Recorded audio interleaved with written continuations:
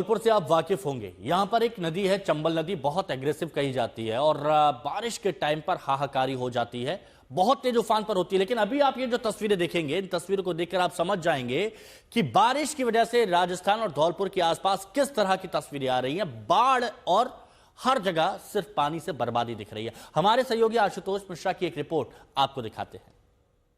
मैं इस समय हूं धौलपुर में। ये मुख्य सड़क आगे 5 गांव को जोड़ती है, लेकिन अब 5 गांव तक ये सड़क जो है इस समय जलमग्न है। यहाँ कोई रास्ता इसे आगे नहीं ले जा सकता। यहाँ जाने के लिए अब आपको नाव का सहारा है। प्रशासन की उस नाव की बेबसी ऐसी है कि दिन में एक बार आती है तो इन 5 गांव को खाना मिलता है, पानी मिलता है, और अगर वो नाव नहीं आई तो वहां बच्चे भूखे सोएंगे। कुछ लोगों का इवैक्यूएशन हो गया, तटवर्ती इलाकों पर आ गए, तो बहुतों को मदद का इंतजार है। तस्वीर एक बार आपको दिखाते हैं। धौलपुर जिले से लगभग 35 किलोमीटर दूर आगे मैं आया हूं। ये जो आप देख रहे हैं ये चंबल नहीं है, ये मैदान है, सड़क है, खेत है, खलिहान है। लेकिन 30 से 40 फीट का जो पानी है वो इसलिए है क्योंकि इन गांवों के पीछे बहती चंबल का जो जल स्तर है वो काफी ज्यादा हो गया। लगातार मानसूनी बारिश के चलते मौसम अभी भी खराब है, हाई अलर्ट है, और जब जलस्तर बढ़ा तो उसी के साथ साथ पानी अब इन प्रमुख गांवों में घुसने लगा है। और ऐसे हालात हो गए हैं कि इन टीलों बीहड़ों में बसे गांव इस समय टापू में बदल गए हैं। आइलैंड जैसी स्थिति हो गई है, और जब आइलैंड बन जाएगा तो आपको एकमात्र रास्ता होता है कि पानी के रास्ते नाव से मदद पहुंचाई जाए। गांव के दूसरे हिस्सों की ओर भी आपको दिखाते हैं कि जो जहां पर चारों तरफ मदद नहीं पहुंचेगी वहां सिर्फ एकमात्र रास्ता है कि नाव से प्रशासन जाए, वहां खाना पहुंच जाए, दवाइयां पहुंच जाए, पानी पहुंच जाए। बहुत सारे लोग अभी भी नाराज है। गांव के लोग जो यहां पर जुड़ रहे हैं वो ये बताने के लिए कि आखिर स्थिति इस कदर खराब है कि अभी भी उन्हें मदद की दरकार है। कितने दिन से ऐसे हालात बने आपके इलाके में? 3 दिन करीब हो गए। 3 दिन से हालत है ऐसे खराब। ये प्रशासन ने कोई कुछ भी काम नहीं किया यहाँ पे। तो बोट वोट तो चल रही थी मदद के लिए? सर 10 मिनट की बोट आती है, यहाँ पे चली जाती है, दिन में एक बार आती है। वहाँ कितने गांव और कितने लोग हैं? लगभग 2 गांव उधर हैं, 3 उधर हैं, 5 गांव टोटल। कितने लोग होंगे? करीब 1500 के 1500। जी जी जी। 1500 की तो बोटिंग है। आबादी करीब 3 या 35 के आसपास। उनके खाने पीने के लिए वहाँ इंतजाम नहीं है, बच्चे प्यासे भूखे रो रहे हैं जाके वहाँ पे। खुद मोल लाए हैं, वो हमारे यहीं रखो है। गांव में नल वल तो होता है ना? पानी नल नहीं है, वो बिजली वाले नलकूप है, वो लाटे है नहीं। समय अच्छा वहाँ बिजली भी नहीं है? बिजली भी नहीं, बिजली बंद है, वही तो समस्या।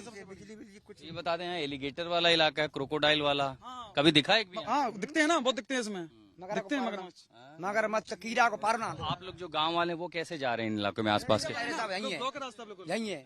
आप लोग का आना जाना नहीं हो पा रहा है। आप लोग कितने दिन से यहाँ पर हैं? 3-4 दिन हो गए। तो उन तक खाना पीना कुछ जो मांग रहे कुछ नहीं है साहब। अपनी नाव भी नहीं। ये दरअसल दिक्कतें हैं कि प्रशासन की जिसकी जिम्मेदारी है कि इन गांवों तक मदद पहुंचे। 1500 तो वोटर है, कह रहे वो संख्या कहीं ज्यादा होगी। बच्चे होंगे, छोटे महिलाएं होंगी, स्कूल कॉलेज बंद है, बिजली नहीं है इन इलाकों में। और ये जो मुख्य सड़क है लगभग 12 से 15 फीट की जो चौड़ी सड़क है, इस पे आगे जाना खतरे से खाली नहीं है। चंबल जाना जाता अपने घड़ियालों के लिए, मगर के लिए, और जब पानी का जलस्तर बढ़ा तो आपको ये नहीं पता कि वो कहां से लौट करके किन इलाकों में आएंगे। और आशुतोष मिश्रा हमारे सहयोगी हमारे साथ में जुड़ चुके हैं, जो भी आप रिपोर्ट देख रहे थे। आशुतोष, चंबल नदी के बारे में कहा जाता है कि बहुत तेजी के साथ अपना रूप बदलती है, और वो बदलता हुआ रूप हम देख रहे हैं कि वहां आसपास के जितने भी ग्रामीण हैं वो बेहद परेशान हो रहे हैं। लेकिन इन तक राहत पहुंचाने के लिए क्या कदम उठाए गए हैं और अभी मौजूदा हालात क्या है, बताइए। एक जानकारी आपको दे दूं, हम इस समय पार्वती नदी के पास हैं और यहाँ पर जो गाड़ी एक जा रही थी, ट्रक था, वो पलट गया था और अभी उसी का लाइव रेस्क्यू ऑपरेशन चल रहा था। देखिए कैसे नदियां उफान पर हैं। आमतौर पर यह सड़क जो है राजस्थान उत्तर प्रदेश को कई इलाकों से कवर करती है, लेकिन जिस तरह उफान पर आई, यहाँ पर एक ट्रॉलर जा रहा था और वो इसमें पलट गया। 4 लोग थे उसमें लापता थे। सर कुछ रेस्क्यू में कुछ मिले हैं? कुछ लोग अभी तक रेस्क्यू में एक आदमी को डिटेन किया गया है एसडीआरएफ द्वारा, और 2 लोग हैं अभी लापता है, उनकी तलाश जारी है। उनके उसका सर्च ऑपरेशन चल रहे हैं? हाँ, सर्च ऑपरेशन। ये कौन सा रास्ता किसको कनेक्ट करता है? ये यूपी निकल जाता है जी।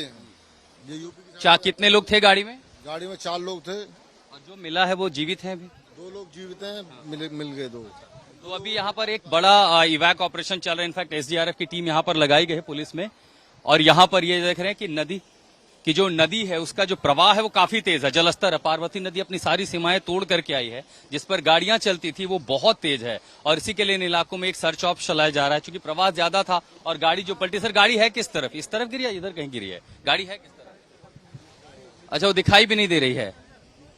अच्छा, गाड़ी देखिए इतनी बड़ी होती है, वो आगे जा करके इस तरफ पलट गई और उसके तमाम सारे लोग यहाँ इकट्ठा हुए हैं और इतना तेज है ज्यादा पर। इसमें ये लाइव तस्वीरें आप देख रहे हैं, ये धौलपुर जिले का एक हिस्सा है। उत्तर प्रदेश जाने वाली सड़क थी, जो ट्रॉलर था वो जा रहा था और उसी के बाद वो यहाँ पर पलट गया और जैसे ही वो पलटा उसके बाद 4 लोग थे। अब 2 लोगों को यहाँ निकाल लिया गया है। जो एसडीआरएफ और प्रशासन की टीम यहाँ पर पहुंची थी तो 2 को निकाल लिया गया है, बाकी के लिए सर्च ऑपरेशन चलाया जा रहा है। एसडीआरएफ की टीम यहाँ पर तैनात कर दी गई है। धौलपुर जिला इसमें सबसे ज्यादा, क्योंकि खासकर चाहे चंबल को हो, उसके चलते हमने भी इसकी पिछली रिपोर्ट में देखा कि कई दर्जनों जो गांव है वो आइलैंड में तब्दील हो गए। वहां पर अभी मदद नहीं पहुंच रही है, खाना पीना बिल्कुल नहीं आशुतोष, पहुंच रहा यहाँ है, पर देखा बिजली भी गया नहीं है कि जब बारिश होती है तो उसी तरह से परेशानी लोगों की बढ़ जाती है और उसके बाद प्रशासन की तरफ से मदद पहुंचाई जाती है। शुक्रिया जुड़ने के लिए।